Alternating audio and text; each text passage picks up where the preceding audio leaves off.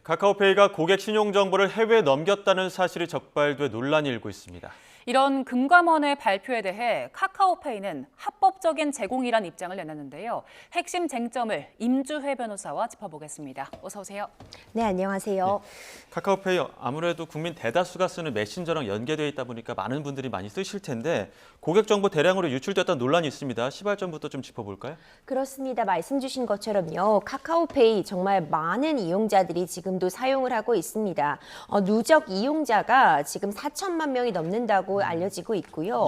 7월 기준으로 하면 월 사용자 역시도 2,470만 명에 이르는 이른바 국민페이라고 볼 수 있는데요. 이 카카오페이에서 대규모의 개인 정보가 해외로 이제 이전이 되었는데 원래 국외 이전, 그러니까 개인 정보가 해외로 그리고 다른 기업으로 이전이 되려면 이 정보 주체의 동의, 그러니까 우리가 이 정보가 해외로 나가는데 동의한다는 동의를 별도로 받아야 되는데 이런 점이 없이 이제 이전이 되었다는 것이 금융감독원의 설명입니다.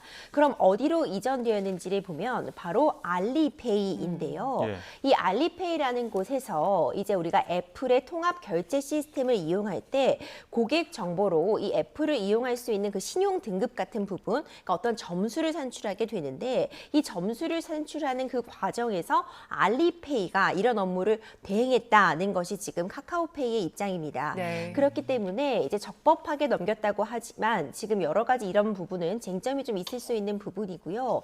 넘어간 정보를 보자면 일단 암호화된 카카오톡 아이디, 그리고 휴대전화 번호, 이메일, 거래 내역 등 이런 다양한 개인정보라고 볼 수 있는 정보들이 매일 한 차례씩 2018년도 4월부터 현재까지 넘어갔다는 것이 지금 금융감독원의 설명입니다. 이 정보 건수로 보자면은 누적으로 해서는 542억 건 등에 해당할 수 있거든요. 그렇기 때문에 이번 논란에 대해서 금융감독원 측에서는 자료 제출 요구 등을 하고 있고요. 좀 대대적으로 수사를 벌일 것으로 예측이 되는데 카카오페이는 이와 관련해서 적법하게 이전된 정보라는 입장을 취하고 있어서 양측에서 어떤 법적 공방이 예상되고 있는 상황입니다. 네, 양측의 입장을 잠시 뒤에 좀 더 자세히 얘기 나눠보고요. 카카오페이가 정보를 넘겼다는 이 알리페이라는 업체요. 어떤 곳입니까? 중국 최대 핀테크 업체라고 볼 수 있는 이 엔트그룹의 계열사가 바로 이 알리페이입니다. 앞서 말씀드렸던 것처럼 결국 이번 사태는 이제 애플과의 연동 과정에서 좀 벌어지는 거라고 볼 수 있는데요. 애플의 앱스토어에서 이제 결제 서비스를 이용하려면 이 NSF 스코어라는 것이 산출이 되어서 애플에 전달되는 것이 필요한데 이 알리페이에서 이 애플의 통합 결제 서비스를 이용하면서 어떤 부정 결제가 있었는지를 검증하는 그 과정에서 알리페이가 고객들의 정보를 분석해서 어떤 스코어를 제공하는 그런 일을 하고 있는 겁니다. 그런데 이제 문제되는 부분이 카카오페이의 2대 주주기도 합니다. 이 알리페이가.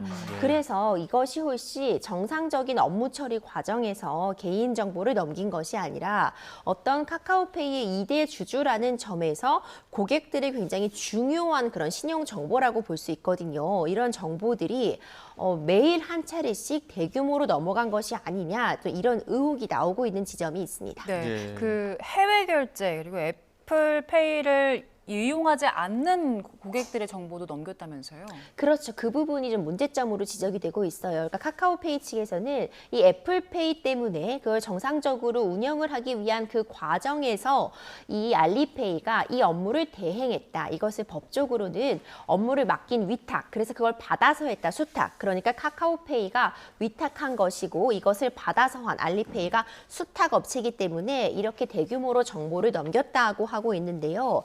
그 경우에는 이제 개인정보보호법이나 신용정보보호법상 업무를 정상적으로 맡기고 처리하는 과정이었다면은 우리가 별도로 동의를 하지 않고도 정보를 넘길 수 있는 것이 맞습니다. 하지만 금융감독원이 보기에는 일단 이런 위수탁 계약이라는 것이 굉장히 불분명하고 그렇다면 이런 계약 관계를 증명할 수 있는 서류 같은 것이 추가로 제출이 돼서 입증이 필요하고요. 앞서 앵커님께서 말씀 주신 것처럼 어떤 이 애플페이를 이용하기 위해서 이런 이런 정보의 이전, 이 흐름이 필요했다고 하면 애플페이 서비스, 그러니까 애플에 관련된 결제 대행 서비스를 이용하는 고객에 대해서만 넘어가야 되는데 애플 대행 서비스를 이용하지 않는 고객의 정보도 넘어간 점을 꼽고 있고 한 가지 더는 특정 시점 이후로는 이 NSF 점수를 산출하는 것이 애플의 이 결제 대행 서비스 이용하는 데 필요하다면 이미 다른 방식으로 그걸 산출할 수 있는 방법이 구축된 이후에도 매일 한 차례씩 동일하게 이런 정보를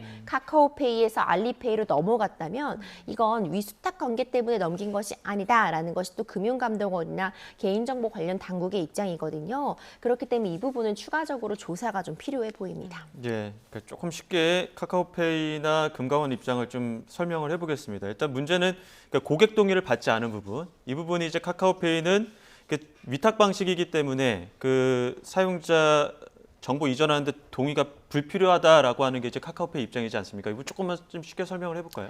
그렇죠. 우리가 개인 정보를 예. 우리가 스스로 나서서 제공하는 경우들은 많이 있습니다. 예를 들어서 제가 어떤 물건을 구입했을 때 구입할 때 우리가 배송지 정보 같은 거를 넣게 되잖아요. 예, 예. 그러니까 배송지 정보 같은 부분을 넣게 되면은 물건을 구입한 곳에 내 정보를 주면서 당연히 그 물건을 우리 집까지 배송해 달라는 의미가 들어있죠. 예. 그렇다면 그 물건을 판매하는 쇼핑몰이라던가 아니면 그 물건을 만든 제조사는 그 제조사가 직접 다 일일이 집을 찾아다니면서 배송을 할 수는 없겠죠.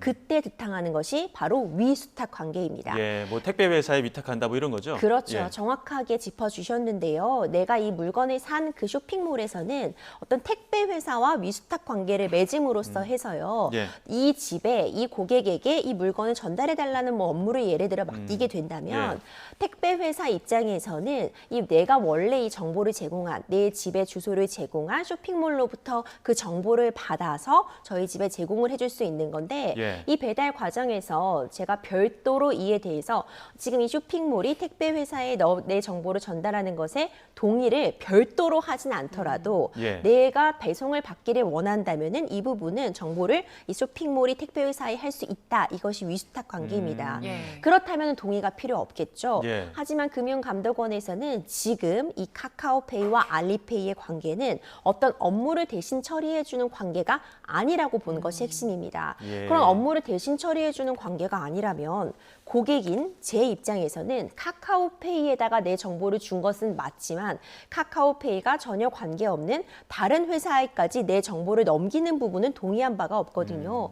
그런 경우라면은 별도로 이 정보가 특히 국내도 아니고 지금 중국계 기업이잖아요. 해외로 넘어가고 있는 부분에 대해서 제가 별도로 동의를 했어야 되는데 이런 부분을 누락했다면 문제가 되는 것이다라는 게 금융감독원의 입장이거든요. 예. 그렇기 때문에 양측이 이 부분에 대해서는 지금 팽팽하게 맞서고 있습니다. 네, 말씀하신 대로 그 위수탁 관계인지 아닌지를 들여다봐야 할 것 같고, 그리고 카카오페이에서 알리페이에 제공한 그 개인정보의 식별 위험성 이 부분 두고도 지금 논쟁이더라고요. 그렇습니다. 이 부분도 한 가지 쟁점으로 떠오르고 있고 금감원과 카카오페이 입장이 완전히 갈리고 있습니다.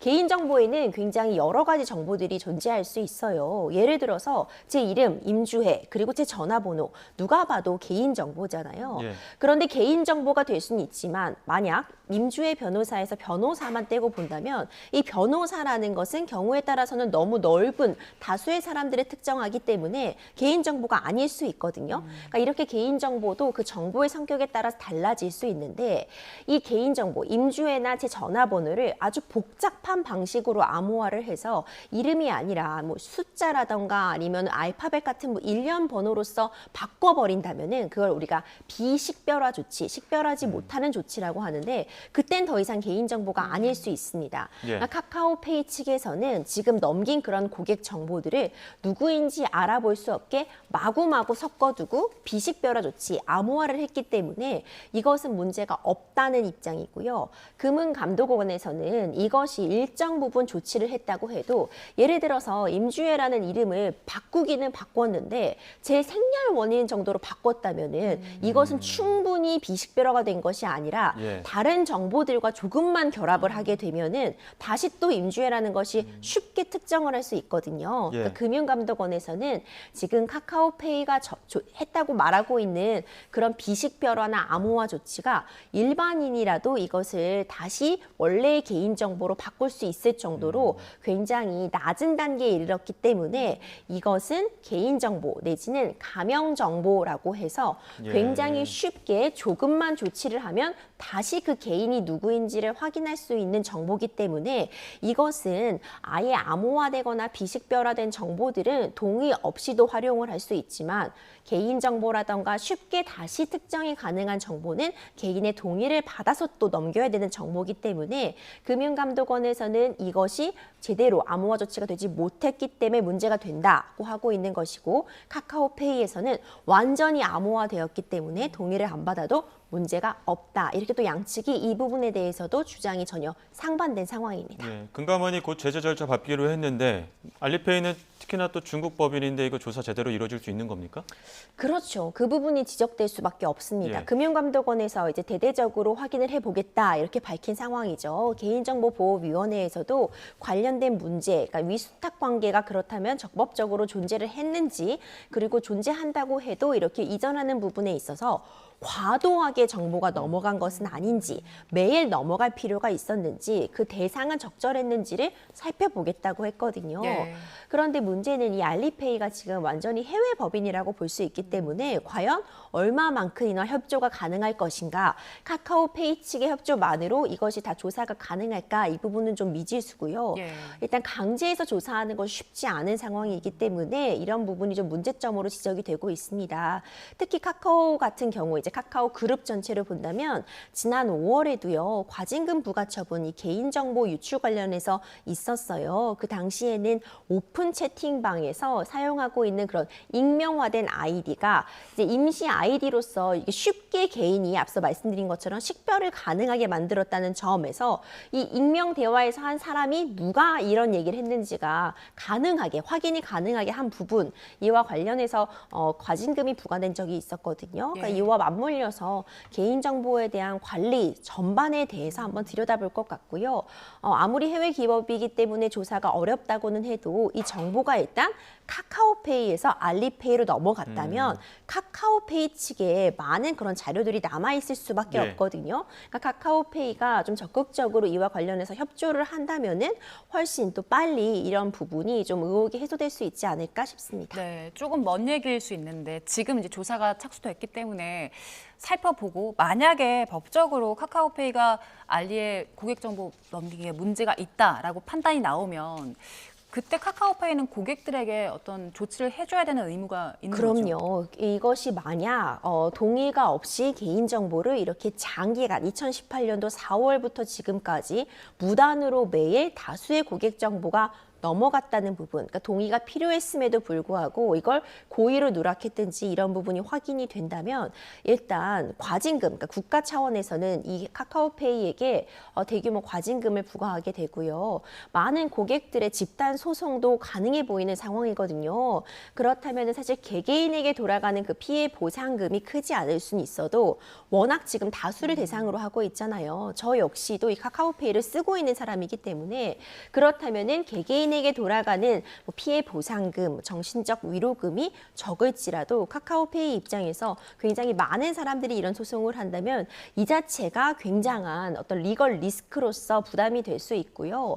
개인정보 유출 사례가 이렇게 자꾸 왕왕 불거지게 되면은 기업의 신뢰도 문제에도 타격을 줄 수 있기 때문에 카카오페이 입장에서는 그리고 지금 쟁점이 되고 있는 부분들이 있기 때문에 끝까지 다퉈볼 것이라고 예측이 가능하거든요. 그러니까 해당 정보가 개인정보인지 아니면 완전히 암호화되었기 때문에 문제 없는지 아니면 이것이 위수탁 관계에서 동의 없이 넘어갈 수 있는 정보인지 동의를 받고만 해외로 넘겼어야 되는 정보인지에 대해서 양측이 굉장히 치열하게 법적인 공방을 이어갈 것이라는 예측이 가능합니다. 네, 다음 주제로 한번 넘어가 보겠습니다. 인천 아파트 지하 주차장 화재 이후에 전기차 배터리 정보 공개에 대한 요구들도 많았고 국내차 업체들도 많이 공개를 했습니다. 특히나 이제 벤츠, 이 인천 아파트 화재에 벤츠 차량이 있었는데 비공개 입장이었는데 다시 입장을 바꿨습니다. 공개하기로. 그렇죠. 이제 영업 비밀이다. 그러니까 예. 이 배터리의 제조사를 공개하는 부분에 대해서 전기차 제조 업체들이 처음에는 좀 이 제조사 공개에 좀 미온적이었다면 예. 벤츠도 사실 이 입장을 선회해서 지금 벤츠 전기차 차종에 들어가고 있는 이 배터리의 제조사들에 대한 공개를 시작했습니다.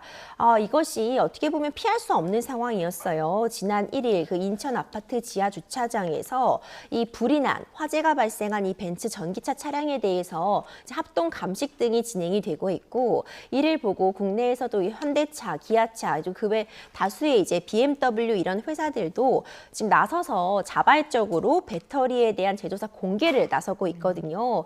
이 제조사 홈페이지에 들어가면 이제 새로운 항목들이 나오고 있고, 거기에 이제 본인들이 생산하고 있는 이 전기차별로 어디 나라 그리고 어느 제조사의 배터리를 쓰고 있는지가 공개가 되어 있습니다. 이런 와중에 이제 어떤 이 제조사 공개를 왜 안 하느냐는 압박도 있었고, 벤츠 코리아에 대해서도 이런 부분에 대해서 빠르게 좀 조치를 취해야 된다는 그런 여론도 거세지면서 벤츠 측에서도 이 불이 난 모델뿐만 아니라 이 전 차종에 대한 전기 차종에 대해서 공개를 했고요. 공개를 해보니까 이제 벤츠 전기차는 이제 중국산 배터리를 사용하는 부분이 굉장히 많았다는 것으로 확인이 되었고, 물론 이 중국산 배터리가 모두 문제 있는 것은 아닙니다. 이 중국에서 제조한 이 배터리가 전체 전기차의 거의 50%에 들어갈 정도로 중국산 배터리가 많이 쓰이는 것은 맞는데, 이번에 불이 난 그 차종을 포함해서 상대적으로 중국에서도 그러니까 1위의 업체가 아닌 그런 업체의 배터리가 사용한 그런 부분들이 좀 문제로 지적이 되고 있어서 앞으로도 예. 이와 관련된 논란은 좀 계속될 것으로 보입니다. 네, 벤츠코리아에서 그 화재 피해 입은 주민들 위해서 아직 뭐 사고 원인이 규명되지 않았지만 인도적 차원에서 우리가 45억 원을 기부하겠다 이런 입장 밝혔는데, 이걸 두고도 좀 찬반의 그 비판과 칭찬이 엇갈리는 것 같아요. 그렇습니다. 이제 주민들 중에서는 당연히 지금 이 복구에 굉장히 많은 비용이 드는데, 일단 아직 사고 원인이 규명되지 않았지만 인도적 차원에서라도 이렇게 이제 45억 원이라는 비용을 제출하겠다고 밝힌 것은 당연히 우리가 환영할 만한 일이다는 입장도 분명히 존재하지만요. 지금 이번 이 화재 사고로서 주민들의 피해는 이 더운 여름날 너무나도 극심하거든요. 그런데 그 와중에 지금 충전 중도 아니고 지금 그냥 세워져 있었던 전기차에서 화재가 났다면 그것이 지금 배터리에서 났을 확률이 매우 높은 상황, 그러니까 다른 외부적인 개입이 예상하기 좀 어려운 상황이기 때문에 배터리 자체의 문제, 결국 배터리 자체의 문제라고 해도 그걸 만든 제조사의 책임으로 같이 볼 수 있는 그런 부분이 있음에도 불구하고 뭔가 선심 쓰는 것처럼 선제적인 대응이라는 말을 하면서 이제 45억 원을 지급한 것은 너무 선심 쓰기식, 보여주기식 행보다 이런 이야기도 나오고 있고요. 지금 피해 규모에 대한 추산이 계속 이루어지고 있는데 100억 원에 이를 것이라는 예측이 나오고 있거든요. 그렇기 때문에 부족하다 이런 이야기도 함께 나오고 있는 상황입니다. 예, 최근에 정부가 그 전기차 배터리 제조사 공개하라고 이제 권고했습니다. 강제가 아닙니다. 그러다 보니까 이게 효율적인 조치가 될 것이냐 이런 이야기도 많았었는데, 지금 뭐 벤츠도 그렇고 조금 전에는 폭스바겐 아우디도 공개하기로 결정을 했거든요. 이런 움직임 어떻게 보십니까? 맞습니다. 원래는 앞서 말씀드린 것처럼 뭐 영업 비밀이다는 그런 명목을 내세우면서 이 배터리 제조사에 대한 공개를 굳이 하지 않으려는 움직임 등이 있었어요. 근데 내가 타고 있는 전기차에 어떤 배터리가 들어있는지를 일반인이 소비자가 알긴 쉽지 않거든요. 만약 알아보고자 한다면 별도로 고객센터 등에 전화를 하고 정보를 좀 요청을 해야지만 알 수 있는데 이렇게까지 하기가 쉽지 않잖아요. 그런데 이번에 전기차 화재 사고를 통해서 이 배터리에 대한 위험성 그리고 국민들의 불안감이 매우 높아가고 있기 때문에 말씀 주신 것처럼 벤츠, 뭐 현대, 기아, 아우디, 폭스바겐도 홈페이지 같은 부분들을 통해서 누구나 쉽게 어떤 차종에 어떤 배터리가 들어있는지를 알 수 있도록 공개를 하고 있습니다. 아직까지는 이것이 법으로 강제되는 것이 아니라 정부 차원에서도 권고, 그러니까 강하게 이제 권하고 있는 정도의 수준에 그치고 있는데, 이거를 공개하지 않으면 소비자 입장에서는 왜 공개하지 않지? 뭔가 좀 저가의 내지는 저사양의 배터리가 들어있는 것은 아닌가? 이런 합리적인 또 의심을 하게 되기 때문에 이런 공개의 움직임은 이게 강제되지는 않는다고 해도 많이 계속해서 이어질 것으로 보이고요. 예. 제조사를 우리가 안다고 해서 화재에 대한 이 공포가 모두 사라지는 것은 아니겠죠. 예. 결국 중요한 것은 이런 화재 문제에 대해서 최대한 한의 예방책을 갖추고 있는 안정성이 확보가 된 배터리를 사용하는 것만이 이런 화재 위험에 대한 근본적인 대책일 뿐이지 이 차의 배터리가 어느 나라에서 만든 어디 배터리라는 것을 아는 것만으로는 지금 이 불안감을 다 해소할 수는 없다고 보거든요. 예. 그렇기 때문에 좀 더 실효적인 대책들이 좀 빨리 등장할 필요가 있습니다. 네. 그 말씀하신 여러 조치들이 조금씩 나오고는 있어요. 뭐 충전율을 뭐 90% 이하로 조절을 하자. 그리고 지하 주차장에 아예 전기차가 못 들어가게 하자. 이런 대책들 나오고는 있지만 이게 과연 실효성이 있을까? 이런 의문들도 나오더라고요. 그렇습니다. 지금 앞서 말씀해 주신 것처럼 그러니까 전기차의 완충이라고 하죠. 그러니까 100% 완벽하게 충전된 상태가 아니라 90% 정도까지만 충전을 한 그러니까 90% 이하로 충전된 차량만 지하 주차장에 주차가 가능하도록 하자는 대안도 나오고 있고요. 그리고 지하에는 이제 충전소를 설치하지 말고 지상으로 유도하자. 이런 것들이 나오고 있는데 이것은 사실상 어떻게 보면은 앞서 말씀드렸던 대책 중에 하나였죠. 이 배터리의 제조사를 홈페이지에 공개해 놓는 것과 마찬가지로 이렇게 둠으로써 국민들이 잠시 그래도 좀 안전한가 하는 정도의 위안을 받을 수 있을 뿐이지 배터리의 화재로부터 궁극적으로 해결할 수 있는 방안은 아닙니다. 그리고 특히 90% 이하로 충전된 차량만 지하주차장에 진입을 하자고 하게 하는 것은 이걸 확인할 방법, 일일이 들어올 때마다 그 차량의 충전이 얼마나 되어 있는지 확인할 방법도 없어 보이고요.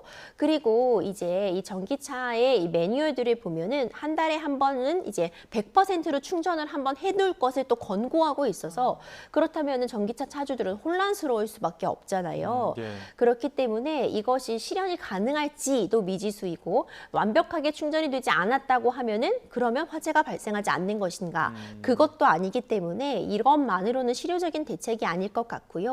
그리고 배터리를 지금 전기차를 보유하고 있는 소유자들, 이제 소비자들도 굉장히 큰 피해를 입고 있어요. 국가 차원에서 육성했던 사업이거든요. 예. 보조금도 지급을 해가면서 친환경 차량이라고 굉장히 홍보를 하고 장려했던 사업인데 지금 어떻게 보면은 전기차를 몰면은 역으로 차별받는 상황, 뭔가 지금 기피 대상인 상황이라서 빨리 이 불안을 해소하려면 이 배터리의 안정성 문제를 구체적으로 해결하는 그런 방안이야말로 실효적인 대책이라는 생각이 듭니다. 예, 알겠습니다. 여기까지 듣겠습니다. 지금까지 임주혜 변호사와 함께했습니다. 고맙습니다. 맞습니다.